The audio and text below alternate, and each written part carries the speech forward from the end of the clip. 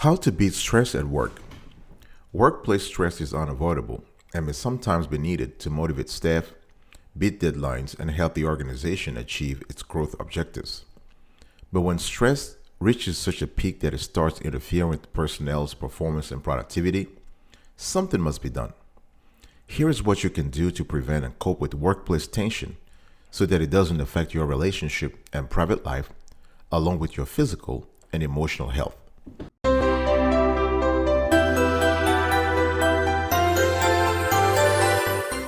Welcome back, folks, to another edition of the Sweetie Kiwi Show, the world's #1 infotainment show. I'm very happy to have you today. I hope you are doing fantastic. And if you are doing as great as I am, go grab a cup of coffee or tea or even better, vodka.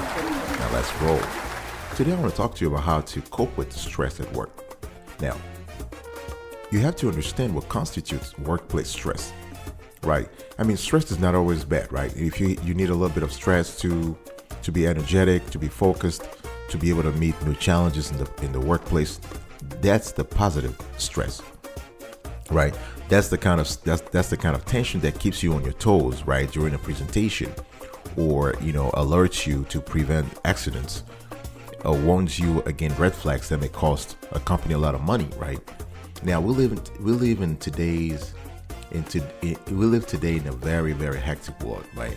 And the workplace is constantly some kind of emotional roller coaster. So stress becomes too much when you have long hours, ever increasing demands, tight deadlines. You have to come to work at 6 a.m., leave at 10 p.m. All of those things can leave you feel overwhelmed. You might feel drained.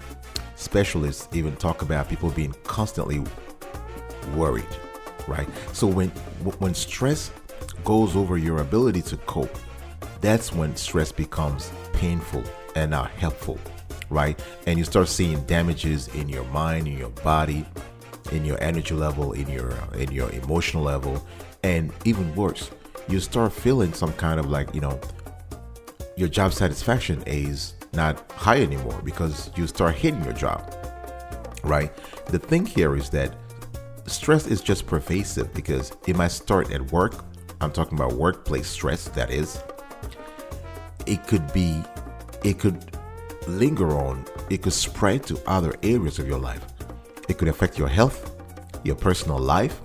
People have gotten divorces, people have gotten, have been separated from their spouses because of work. So no matter what you do for a living, it's very important, or how stressful your job is.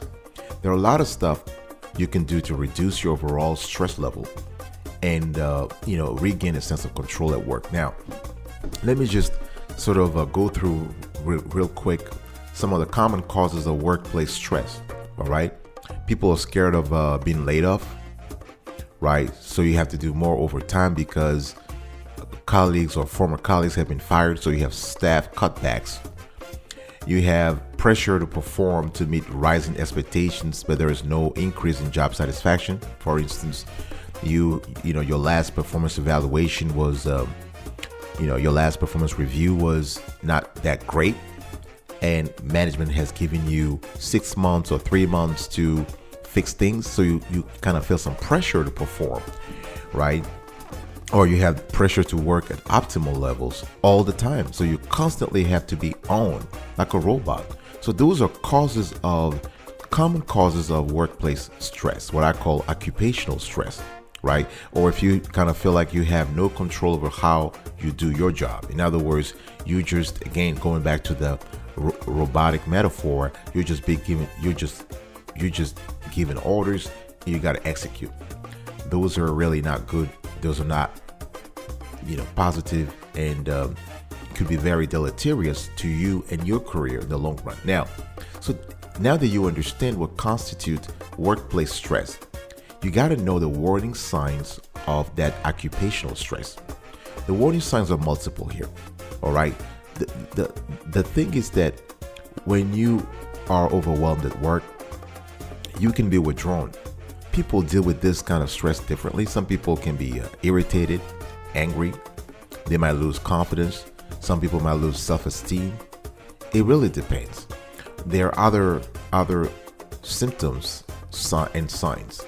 For instance, you might have trouble concentrating. Fatigue is a problem. Some people have a problem sleeping. You can have apathy, which is like, it's like you really have no interest in work. On the physical aspect of things, on the physiological aspect of things, you might feel some muscle tensions or headaches. Stomach problems have been reported to be a result of occupational stress. You might withdraw socially. Your sex drive might go down, and you might resort to food, alcohol, or drugs to cope. Neither of which is good anyway. But yeah, this is really the warning signs of occupational stress. I'll be right back right after this. Do not go anywhere.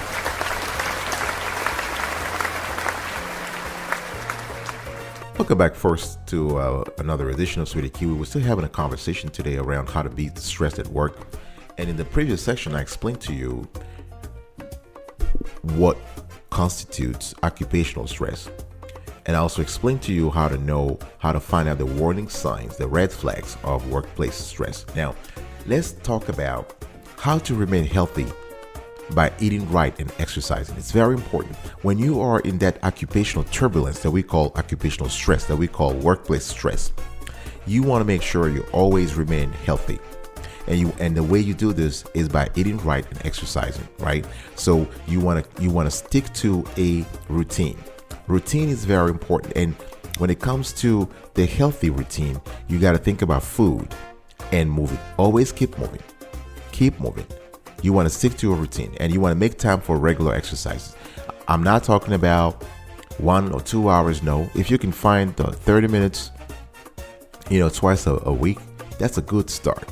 The idea here is to let your body know that you are in charge. You want to get into rhythmic movements. You want to walk, run, dance, drum. You want to bike. You want to swim. Whatever is good, whatever is soothing for the nervous system, do it. All right. And as long as you can get at least 30 minutes or 45 minutes of physical activity twice a week, that's good. If you can fit in more time, go ahead and do it. The idea is just to make sure that you get back in shape. All right. Now, there is something called HIIT, which is high intensity interval training. And the idea behind it is that you want to have 2 or 3 shorter segments, but you want those segments to be more intense, right? So for instance, instead of running for 30 minutes at a slow pace, you want to run for 2 minutes at a fast pace. Again, here you want to check with your doctor first. Here I'm not giving you medical advice, but I just want to let you know that this is a general information sort of program, and we're giving you plenty of resources out there to help you cope with occupational stress. Right now, everybody's body is different. Everybody's situation is different. So it's very important to consult with your healthcare specialist to know that whatever solution is right for you is actually right. Okay? So you want to make time for regular exercise. Another thing you want to do is you want to make smart food choices, right? And you want those food choices to help you beat stress. You want to minimize refined carbs and sugar, right? Those are stuff we know. You want to reduce your intake of foods that can adversely affect your mood, right? I'm talking about trans fats.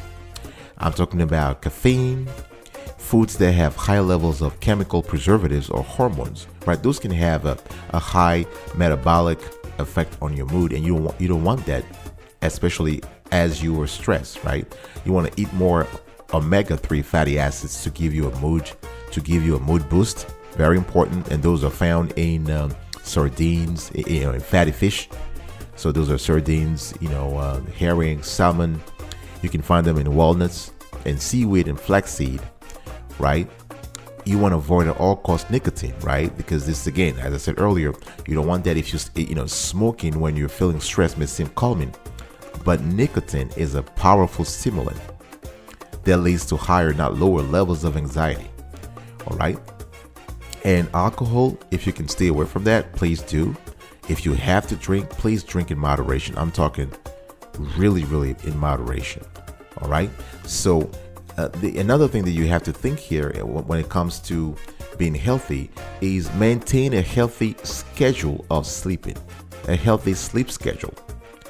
All right. The thing is, whether or not you are thinking about a problem at, work issues at home or at work, this will not change. But sleep can help you be in an optimal state during the day, so you can increase your daytime productivity, ability to focus, right? Creativity, problem solving skills. All of those things are important at work. So the better rested you are, the better equipped you will be to tackle your job responsibilities efficiently. So this is very important. Okay, so you want to think about those things very clearly and sort of carve out some time for yourself. All right, I spoke earlier about what was important in terms of bedtime routine. This is also very important, to be able to have that time where you actually turn off everything and you are able just to close your eyes and rest. Okay, so this is very important to adjust your schedule, your life, to sort of help you in terms of your life in terms of food, exercise, and sleep, so that you are able to tackle the stress better. All right, I'll be right back right after this. Do not go anywhere.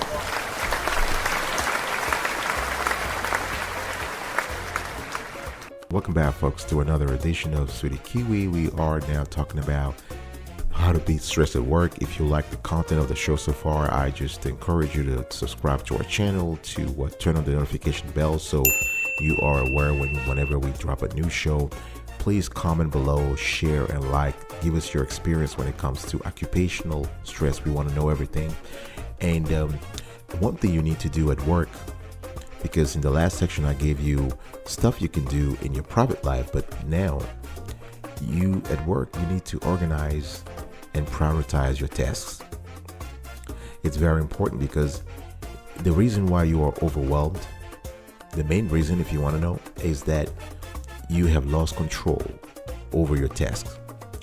You have a fuzzy idea of your task, or you don't have a clear idea of the hierarchy, of the priority of the task. So it's very important to engage in time management so that you can reduce job stress, right? And the way you can do this, you can create a balanced schedule, right? Sometimes it's just better to leave a little early in the morning so that you arrive at work 10, 15 minutes or 20 minutes earlier. That gives you an extra 15 minutes. It's very crucial to help you organize your day, to help you project your day, right? During the day, you want to plan regular breaks every 3 hours if you can. Like if you remember, like they have sometimes motor vehicles, the DMV will ask people to take a break every 2 hours while they're driving on the highway. This could be applicable to you too. So every 2 to 3 hours, you want to basically take a break. You can just go somewhere, stretch, take a walk, and this could be a 5-minute break. And this allows you to reconnect with yourself and allows you to put your energy back in shape. And this is really important. Another thing you want to do here is to actually never overcommit yourself. Never extend yourself too much, right? You're able to prioritize tasks. You can break projects into smaller steps. You are able to keep your commitment, but very important, if needed, try to delegate. Try to delegate tasks and don't commit. Don't commit too much, right? If needed, try to also learn how to compromise. It's very important, because if you and a coworker or boss can both adjust your expectations a little, you'll be able to find a happy middle ground. And that's what we're looking for, that equilibrium whereby everybody's happy and whereby the stress levels are reduced for everyone, right? Because it's not just the one person job, really, if you think about it. There is a reason, there must be a reason why there is stress at work. It's because multiple individuals are involved. It's not just one person, right? Another thing you want to do here is you want to reach out and seek outside support. When it comes to stress, if it's getting borderline, unbearable, you want to reach out to a professional. It can be a counselor. It can be a healthcare professional. It can be a doctor. That's very important. You can also reach out to your coworkers for support. This can be very positive because they probably are also feeling the same thing you're feeling. So, all together, you can actually sort of heal. You can also reach out outside the company and join a support group. You have you have in all cities across America, you have those informal networks of people who support each other when it comes to occupational stress. So find one in your area. You can also reach out to your friends and family members. Right? This is very important, especially when the stress reaches a certain level that, again, it becomes unbearable. Another thing you can do also is trying to volunteer your time. The ability to help other people it works in a very funny but wonderful way. When you are in the midst of turbulence, when you are in the midst of problems or of stress, if you can muster enough courage to focus on other people, on helping other people, somehow your own problems disappear. You're able to solve your own problems by helping other people solve theirs, right? So you want to build new satisfying relationships. You want to volunteer your time. You want to reach out. You want to find people. You want to engage in new activities, fun activities. Anything that allows you to de-stress, anything that allows you to reduce your level of tension, go ahead and do it. I'll be right back right after this. Do not go anywhere.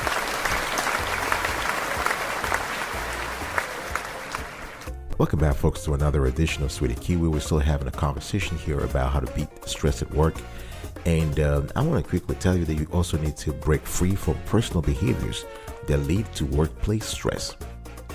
As I said earlier, stress at work is not the product of only the companies. It's a product of multiple stakeholders, including you.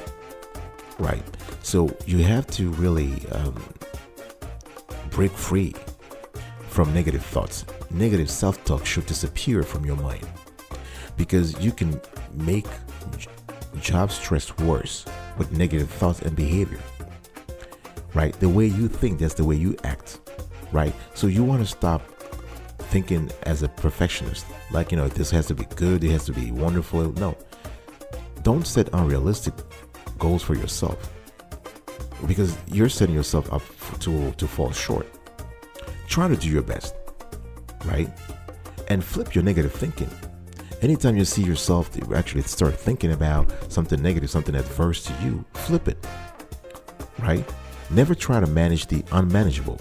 Don't try to control the uncontrollable. No, there are things that are beyond your control, right?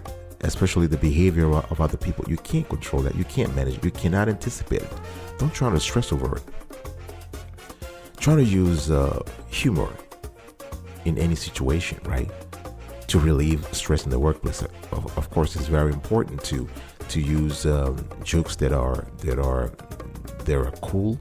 Jokes. Be very careful though when making jokes at work, right? The idea is to lighten the mood, right? With the joke, not to deepen it, not to make it heavier, right? And you also want to start thinking about, being proactive about your job and your workplace obligations. I guess what I'm trying to see here is that if a particular role is not suitable for you and you feel stressed out, can you ask for a transfer? Right? Can you ask for new duties? Can you take some time off? Right? Do you want to have a conversation with your boss about what you are interested in at this current moment? Maybe your job description doesn't suit you anymore. Maybe you've been working in that position for the last 10 years and you want something else. So you need to think about all the workplace stressors and find ways to ditch them. Again, you have to deal with them one by one. This is very important. All right? So you're able to be in a position where you are in control. Another thing you need to do is you need to be grateful for your job. It might sound a little crazy to say it this way, but amid stress, amid a turbulent environment, workplace environment. It's important to find ways to make it meaningful, to make your job meaningful and enriching, right? And the reason why a lot of folks might be unsatisfied or bored is because they have forgotten that this job, even though it might be boring at the particular moment, is still a job that pays the bills. It's still a job that provides stability, financial stability for the worker and their family. It's still a job that, occupies the worker from 8 to 5 or 9 to 9 or whatever the timeline is. It's still a job. It's still something concrete in a world where not everything is concrete. Not everything is certain. So the ability to be grateful for having a job will help you find purpose and joy in a job. It might help you look at things differently, look at your colleagues differently, look at the objectives, look at management's goals differently, and look at them from a positive standpoint. All right, I'll be right back right after this. Do not go anywhere.